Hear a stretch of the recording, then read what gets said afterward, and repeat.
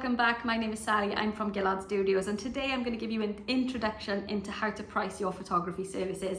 So if you're a portrait photographer starting out, or perhaps a wedding photographer starting out, listen up and I'm going to give you some tips on how to effectively set your pricing, because most photographers are creatives at heart and they have no idea how to handle the business side of things. So if that's you, this might be really useful information. For a bit of context and background, we are a photography studio based in South Wales, and we have been in business now for 11 years coming up. And I'll tell you, we've almost failed many times. So we've got that tried and tested method of knowing now how to know our figures and how to make sure that we are generating enough income to sustain our business.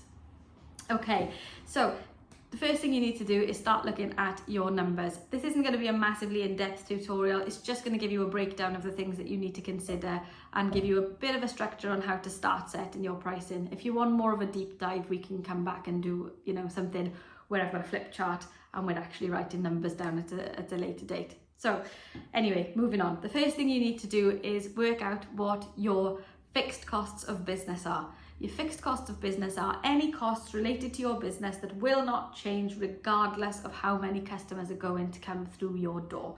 So things like if you're in a studio, for example, so for us, it'll be the rent on the business itself, the building, any utilities that we've got, gas, electricity, water, business rates, telephone, anything like that, subscriptions to software packages, so your client management system, your sales system, your editing packages. All of these things are costs that you're going to incur regardless of how many customers that you're going to be seeing.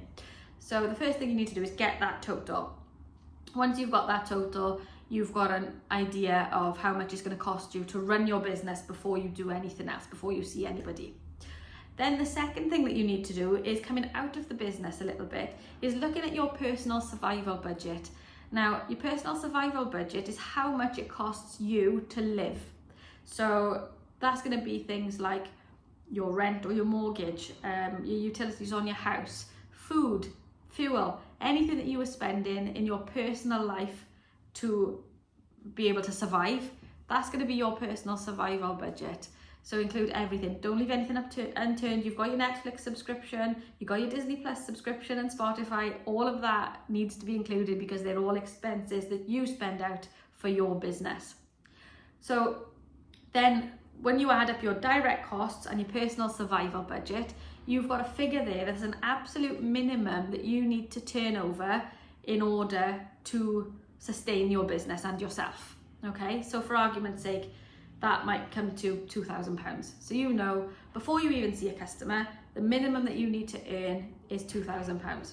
Okay, your figure's going to obviously, some people's figures are going to be really low if they're sort of working from home, living at home with their parents and that kind of thing, right up to if you're, you've got a mortgage, you've got a physical premises, etc. So everybody's figures are going to be different.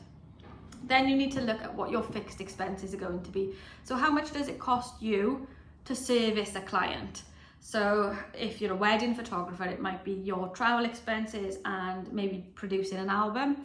It might be, if you're a portrait photographer, your costs of wall portraits or anything like that. What are your typical fixed costs for a customer?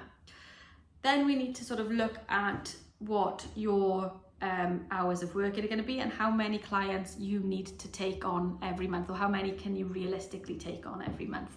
So if you've got roughly 10 clients a month and you've got overheads of £2,000, you know that minimum before you even start, and then your cost of servicing each client, for example, might be £100, so that's going to round it up to £3,000. You know that you need to generate a minimum of £3,000 over those 10 clients, so that's a minimum of £300 per client before you even start looking at your profit and tax and all of that kind of thing. So I'm hoping that makes sense a little bit. I did say this was going to be a quick and very brief sort of introduction. So if your overheads are £2,000, you take on 10 clients a month, it costs you £100 per client. Before you take any profit for yourself, £300 is the minimum that you need to charge. Then you need to obviously look at how many hours you want to work for that client, or what's the average hours that you're going to be working for that client. And then you need to add your hourly rate onto that as well. And you also need to then include things like tax and national insurance if you're in the UK, or income tax if you're in, you know, any other country, and different things will apply. So you know for a fact then that you've got those extra costs, which will be another 30%. So if you've got, it's costing you, you know, that £300 on your personal survival, your overheads and your cost of doing business, then you've got 10 hours. As a rough estimate, that might be more, and you might be charging something like £20 an hour. So you know that you need an extra £200 on top of that £300 that it's costing you, plus your 30% on top of the overall amount there.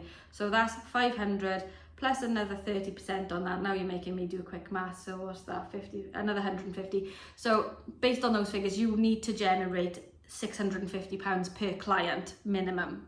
Okay, so, and it sounds like a lot, but a lot of photographers are going to go, right, yeah, and we see it all over social media and Facebook, I'm going to be starting up and I'm going to charge £100 and give you all of the digitals. That's not a sustainable business for anybody.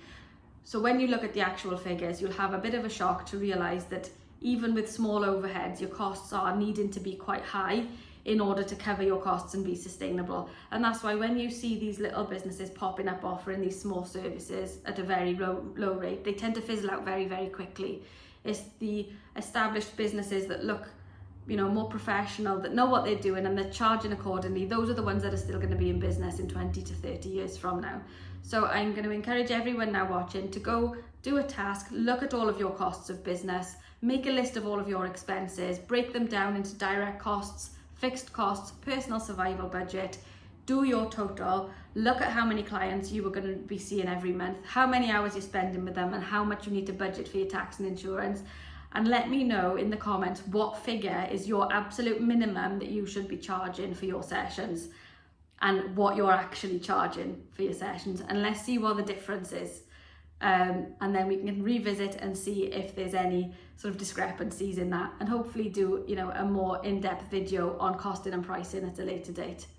That's all for now. We'll see you in the next one. Bye bye.